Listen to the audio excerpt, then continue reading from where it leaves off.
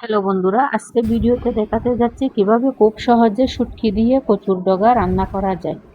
অল্প কিছু মশলা ও ঘরের সাধারণ উপকরণ দিয়ে তৈরি করা যায় অসাধারণ স্বাদের এই রেসিপি। তো বন্ধুরা চলো দেখে নেওয়া যাক। প্রথমে আমি পানি গরম করে এখানে দিয়ে দিয়েছি কচুর ডগা। বানানো কচুর ডগাগুলো ধুয়ে গরম পানির মধ্যে দিয়ে দিয়েছি। দিয়ে দেওয়ার পর অল্প হলুদ দিয়ে সিদ্ধ করে নিয়েছি। তো বন্ধুরা, কচুর ডগা সিদ্ধ করতে হয় কারণ গলা ধরবে, তাই সিদ্ধ করে নিতে হয়। তো একটু সিদ্ধ করে নেওয়ার পর একটি ছাঁকনির সাহায্যে ছেঁকে নিয়েছি।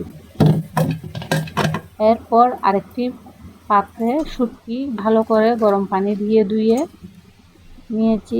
ধুয়ে নেওয়ার পর দিয়ে দিয়েছি পেঁয়াজ আর হলুদ, লবণ, মরিচ।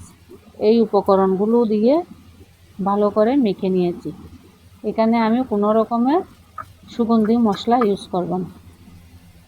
চুলায় আরেকটি পাত্র বসিয়ে পাত্রটি যখন গরম হয়ে আসবে দিয়ে দিব পরিমাণ মতো তেল, কচুর ডগা অনুযায়ী।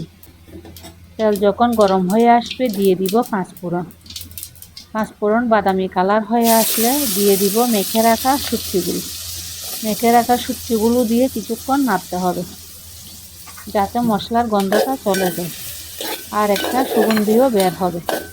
তো কিছুক্ষণ নাড়তে নাড়তে যখন কষানো হয়ে যাবে এরপর দিয়ে দিব সিদ্ধ করা কচুর ডগাগুলো। তো কচুর ডগাগুলো দিয়ে কিছুক্ষণ নেড়ে চেড়ে ঢাকনা দিয়ে দিতে হবে। যারা কম মশলায় স্বাস্থ্যকর ও সুস্বাদু ঘরোয়া রান্না পছন্দ করেন তাদের জন্য এই রেসিপি অবশ্যই ভালো লাগবে। ভিডিওটি শেষ পর্যন্ত দেখুন। 5-10 মিনিট পর ঢাকনা উঠিয়ে কচুর ডগাগুলো কিছুক্ষণ নেড়ে চেড়ে লবণ হয়েছে কিনা দেখে নেব। লবণ হয়েছে কিনা দেখে আরেকটু লবণ দিয়ে দিতে হবে। এখানে আমি আরেকটু দিয়ে দিয়েছি কারণ লবণ হয়নি তাই। এরপর দিয়ে দিতে হবে টক জাতীয় কোনো কিছু। টক জাতীয় বলতে লেবু রস অথবা আমসত্ত্ব অথবা টমেটো। তো আমি টমেটো দিয়েছি তাই লেবু রস দিই নাই। কচুর ডগায় একটু টক জাতীয় কিছু দিলে ভালো হয় কারণ কচুর ডগা একটু গলা ধরে তাই। এরপর টমেটো দেওয়ার পর যখন নরম হয়ে আসবে ধনেপাতা অথবা হলুদ পাতা দিয়ে নামিয়ে নিতে পারেন।